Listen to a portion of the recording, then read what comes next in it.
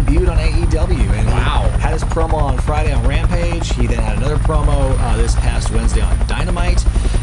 Jay, I got to ask you, in your opinion, what do you think of CM Punk in his first week back, just cutting promos, and is the vibe of wrestling now since he's made his return? I think that it's great. It's the biggest moment in AEW history, without doubt. Absolutely. There's no question about it. And I will say, there are a lot of thumbnails out there of the Tony Khan post-show interview with CM Punk, you know, and I love it because he has the biggest shit-eating grin that I've ever seen in my. I mean, the dude looks like he's about to jump up and clap his hands. I mean, honestly, that's the face of a man who knows he's made a good decision. And yes, absolutely. And so, you know what? Kudos to them for that get. I think this is going to help them out a ton. I think there's even more to come. So, we'll find out, I guess. Yeah. But I am interested that they are putting him with Darby off the top. Yeah, well, I think he was one of the people we talked about when we were kind of rampantly speculating, like the day of he showed up. We were talking about that on the podcast, and I think Darby was a name who came up. I know we speculated about MJF first, but I think this face versus face matchup is a lot more interesting and compelling because it's like who does win? Because do you put the win? Do you really give Darby that bam major seal of approval by having him get the upset on CM Punk, or because it's CM Punk, you have him win that first encounter and have the people in Chicago mooey happy? Dude, there's no way. Literally, let me tell you what. If CM Punk loses that match, I will work on Wrestling with Regret for free for you for the rest of my life. Oh, okay. There's no way he's losing that match. And because you know what, I do say that that like after hearing his his in-ring segment, I thought to myself, boy, he would actually hate me if I said that in-ring segment promo, because that sounds like a WWE thing. And he's just everything anti-WWE. But who produced it, Jade? Who didn't? Right. Not who was the agent. Who was the producer? There we go. I think he self-produced this one, to be honest with you. Well, if you hear Tony Schiavone, he talked about on What Happened When, how it's like the only note Punk was given was to talk about Darby Allin all out, and then everything else just kind of freeform it, man. Right, dude, and he did a great job, even the sitting in the ring. But what I wanted to say about the whole Darby Allin match is that, you know what? Yeah, he could have came in and faced guys like Jericho or Cody or something like that, I guess. You know what I mean? Like every other newcomer, every other former star. Right, but that's the thing, though, is that have him come in and work with some younger guys that are homegrown talent, and put them over. So I'm telling you, Darby is so young. He doesn't need to win this match in any way, shape, or form. He just needs to look good.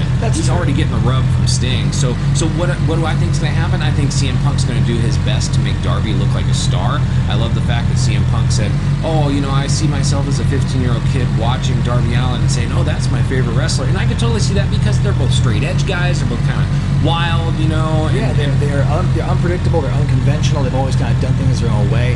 I love that. I love that CM Punk does he references the younger talent or like the more homegrown talent. In his first sentence back on the microphone, he puts over Britt Baker last week. And in this one, he talks about guys like Jungle Boy and all those other folks.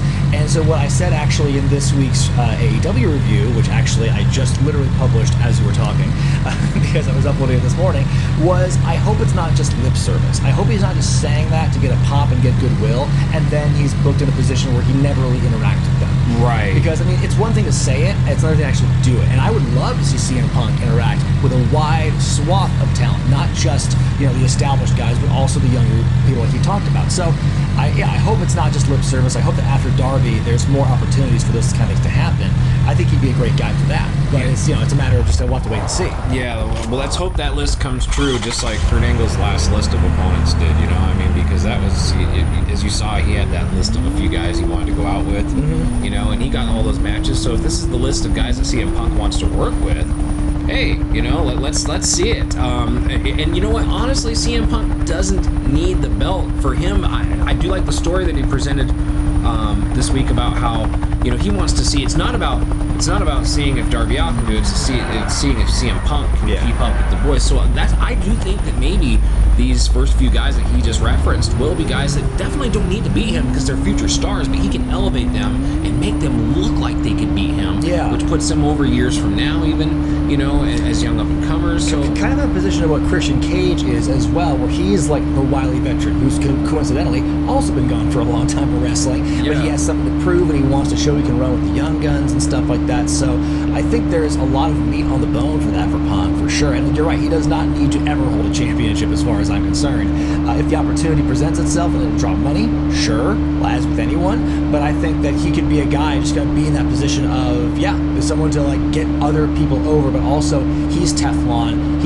People are never going to not like him, I don't think. Right. And I don't think he's gonna. I don't worry about him being overexposed now that he's back. So and he's a man who seems to have a lot of control over his own presentation and his own career. So I don't think he'd be that way either. So a lot of it's just wait and see and everything. But I'm very optimistic, and just based on the crowd reaction and the online response to his return and everything, especially Friday, there's just a very heavy sense of optimism. I'm very excited about that. Just one other thing, Brian, that I wanted to touch on. I mean, look at this coming pay-per-view from AEW. I mean, it kind of seems a little 2009 WWE-esque in a weird way. We've got Christian, we've got Mark Henry, we've got the Big Show making his debut, in which I tend to think to myself, the Big Show could be just as big of a deal debuting in the company had they made it a big deal as CM Punk. I mean, he's as big of a star in a way over the years. Well, I think the difference is it's exposure. Again, there's that word again. Like, how can we miss you if you don't go away?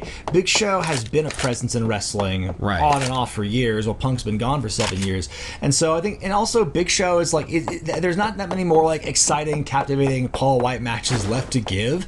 I feel I'm not sure how this one with QT Marshall is going to go down All Out. That match I'm not terribly interested in. Like, great for Paul White to get paid and get a match in there, but it's like it's not something that concerns me. But yeah, you do bring up a good point about all the different like former WWE guys. I got into a whole stupid argument online this week about that with people, and I regret it because it was a huge waste of time.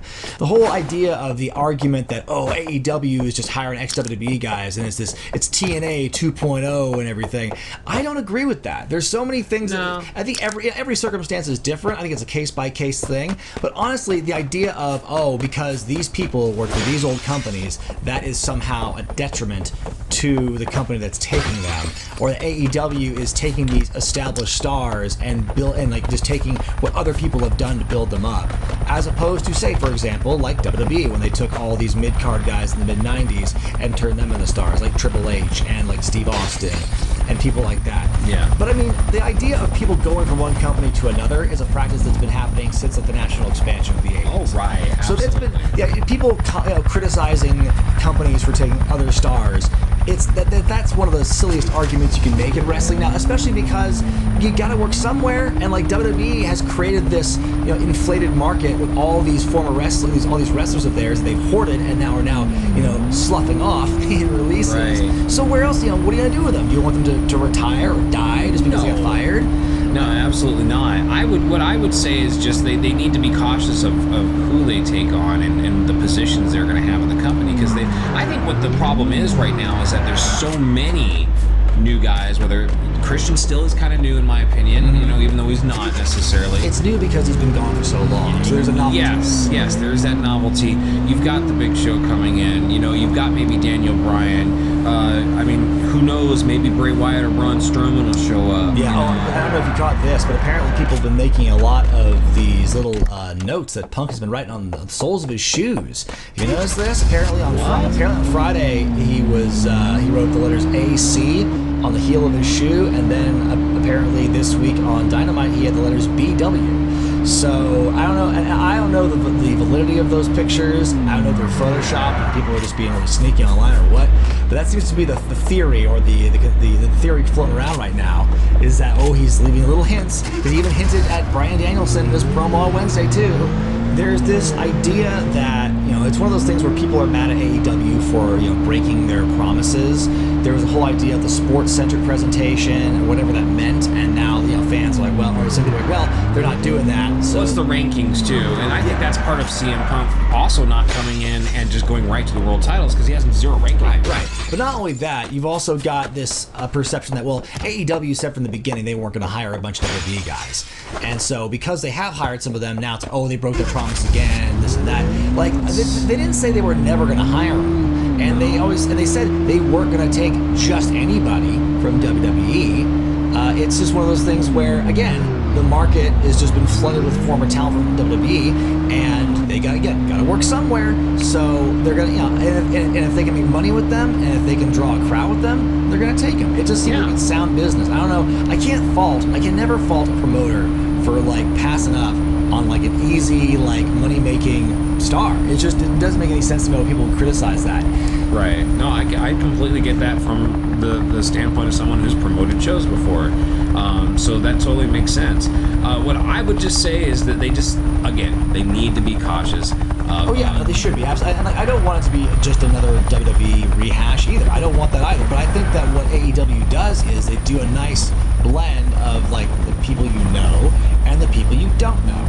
I think you need both of those because you can't win. Because if somebody who's a name signs the AEW, it's like, oh god, there's another ex-WWE castaway finding refuge in AEW. And if it's someone you don't know, it's like, well, who's this person? They can't be important because I've never heard of them. It's like right. You can't win with some of these people who just want to see the world burn. Yeah, that's true. Time will tell, but at the moment, I still think that the blend is such that like it's excusable. If you just look at the roster, there's it's a large roster, and the WWE guys, the former WWE guys, make up a really small percentage of it. I'd say it's like maybe a fifth of the whole crew. If you take out the people who aren't active wrestlers, aren't full-time wrestlers like Chavo Guerrero and Paul White, I think it's even less. It's not as dire as people make it out to be. But yes, there is a lot of like preemptive, like, oh, they might sign this person and that person. We don't know, but I mean, who? Let me just hypothetically ask you this while we're here, because I got a couple names myself. Like, who do you think they could do without that they have now? I mean, I think, like, I'll start off, okay? I think even though he's not in ring, I think Mark Henry, there's no reason for him to be there. Yeah, no, I honestly, because like I listened to Rampage, and I'm like, he got maybe like 4 words out per match. I'm like, why is he here? I don't understand like why he's doing commentary. Just to say that sexual chocolate's on the roster, I feel. Yeah, Mark Henry, they could do with that. And honestly, I feel the same way about Paul White. I don't think either of them have moved the needle. It's great to have that veteran experience. I think it's only Paul White's. The reason that's only happened is because of how he's been booked, though. I feel they could have done it just differently. He's back. He's in good shape. They could have made him like some sort of pissed off monster that's like somebody's muscle or something, not just Shivani's. Shivani's muscle. He is Shivani's muscle. Am I wrong? I mean, that's pretty much what his feud's been. Another guy, I'll just say right now, great worker, but I think outworking everyone doesn't make any sense for him. I like Christian, but I hope this is like his run, and after this he goes like to a position of I'll put over guys, but he's not the main event anymore because they've got too many players in that main event scene right now. They do. It's a really crowded scene right now, especially the upper mid card. God, you know what? I know it's kind of a wait and see thing, but I don't know if Malachi Black really needed to go to AEW. Like, I don't know. I'm sure he's doing fine. I'm sure he's happy there. I'm sure people want him there. The fans seem to like him, and I'm really curious to see how it all plays out. But it's like if in an alternate timeline Malachi Black never showed up in AEW, I don't think I'd be brokenhearted. Right. Well, but where would he show up? I don't know. That was a hot get for them. To be honest with you, I mean, he got like we joked about when the podcast pretty much first started, is he got free promos for months from WWE on Fox. Free marketing, yeah, exactly. And like, this is not a knock on Malachi Black. I think he's great. I just don't know right now what he adds to the conversation in AEW, so to speak. Another one that I'll say as well, just I get it because of who hangs out with him and who he's around and with, but Andrade to me has not stepped up his wrestling game at all. I mean, he's had like a match since he's debuted, so it's been a lot of like, but it's been very much like MVP when he first debuted in WWE, where it's like he's gonna wrestle, but until then he's just gonna wear a nice suit. I think that Andrade is good, but again, kind of like Malachi Black, where it's like, again, if he never showed up, would I be sad about it? No, not really. So I mean, I agree. It's like the whole hiring of WWE guys for just because they're out there. Don't hire them just because they're out there. But if they can do something for you, then I almost want. It's like it sounds weird, but thinking about that Nick Khan interview this past weekend where he talked about the releases and their philosophy is, if these folks aren't going to move the needle for us now or in the immediate future, we don't really need them. Right. And so I they think can come back whenever they're needed. But yeah, I think AEW should try and hold on to a philosophy like that as well. Because it's one thing to get like the return pop and everything, but then it's a matter of like, well, what do you do long term, especially when you have all these other things you need to address in your storylines. Right. And they only, they have a lot of programming hours now, more than they did a year ago, but it's still a finite amount of hours. And you can only put so many people on Dark or Dark Elevation, kind of like shuffle off the other stuff you don't have room for or time for on Dynamite and Rampage. Right. So it's a tough balancing act. The more people they hire, the more difficult it will become, and that's just whether it's ex-WWE guys or whoever they get. But I think it's going to be there's going to have to come a time in the next maybe year or so where they have to take a serious look at who they have on their roster and make some hard decisions, sad to say. That's right. Well, speaking of decisions, let's go ahead and talk about Nick Khan, which you touched on just a few minutes ago. And, yeah, he did that interview last week. It was kind of interesting to hear how he talked about their philosophy on the superstars and how NXT is going to be having some changes coming up. Yes. Now, I didn't watch NXT this week. I read the results. Can you tell me, did you see any changes that were visible anyways from NXT? I watched highlights of the show, and I really couldn't tell a difference, honestly. I mean, I think it's going to be one of those things where they say it's going to be this drastic rebrand in a couple of weeks, and who knows what this is going to look like, but from an aesthetic standpoint, no, nothing has changed. And, I like, the Nick Khan interview, I was expecting a lot more, like, salacious things to come out of it. Like, I saw a lot of people kind of, like, dunking on him on Twitter for some things he said, like, the one line he said where, if it's a disaster, I want all the credit. If things are going great, I want none of the credit. And like, look at what we have right now. Right. Some would argue it is kind of a disaster. But that's like, the one line that he had that kind of gave me pause and made me think about the future was when he talked about the future of Saturday pay-per-views. Because he talked about that, and it's been announced that on January 1st, which is a Saturday, in Atlanta, there's going to be WWE's pay-per-view day one. And so we saw SummerSlam this year was on a Saturday, and this day one show is also going to be a Saturday. And he said that we're open to any sports dates available. So there's been the traditional Sunday release date for a long time, but now we're doing more Saturdays. They're not the first ones lately to do Saturday shows because AEW done that as well. Right. But Jay, I just want to ask you, from your opinion, just as a wrestling fan, a consumer of media, and a person who has a life outside of wrestling as well, what do you think about an increase or a potential increase in Saturday pay-per-views? In my opinion, it's like Friday Night Wrestling. You've got a lot of competition that you don't on a Sunday. I'm sorry, but let's just say you're a country music fan, right, or you're a NASCAR fan or something. They're not they're gonna do shows on big days, other big days. Well, NASCAR might not be a great example because I think they do Sundays too. But what I'm saying is, if there's a huge concert or something, it's more than likely going to happen in town on a Saturday night than a Sunday night, right? So to me, it's just more attractions take away more than anything. Because just like the Indies, when we talked about it running a show, I'm sure WWE on a grand scale, unless you're a diehard fan, is just the same. But what is the competition for pro wrestling? Like you said, literally everything. So like, if you put it on a night where there's even more going on, to me it just seems like it's more of a chance that you're going to have people turn away from the event. Well, you see, now I'm of two minds on it, because I like what some people say, where it's like, hey, you can watch a pay-per-view on Saturday night with your kids, and they can stay up a little later. It's not a school night like on a Sunday, and and that works fine. And also, like, Saturday is a more like entertainment kind of show, kind of night. There's concerts, there are MMA events and stuff. So like, why not put wrestling there? But also, I'm a creature of habit. I like my shows on Sundays because Fridays and Saturdays are kind of sacred to me and my family. I like to spend time with family. I don't necessarily want to watch wrestling on those nights, and so it's just like Sunday is a better night where, hey, like, I'm kind of in that mode of like, hey, because it is a school night and we're not going to be going out somewhere or going to be having plans like that. Sundays work for me, I think, better from a logistic standpoint. I'll do Saturdays if I have to, but it's not like my cup of tea. Of course, unless I'm working the show, Right. Like, I think the only person that this might actually like benefit is like a Seventh-day Adventist. Literally, because you can't, you're not allowed to do anything on Sundays. Right. Yeah, it helps that market for sure. sure. Right. That's the only thing I can think of that might be a plus on it. But you know, I mean, it was cool. But again, I had something going on. I wanted to watch SummerSlam. Damn it. Yeah. And I had to announce the MMA show. Right. So it was like, I had to pick between, going to SummerSlam, which I originally planned on.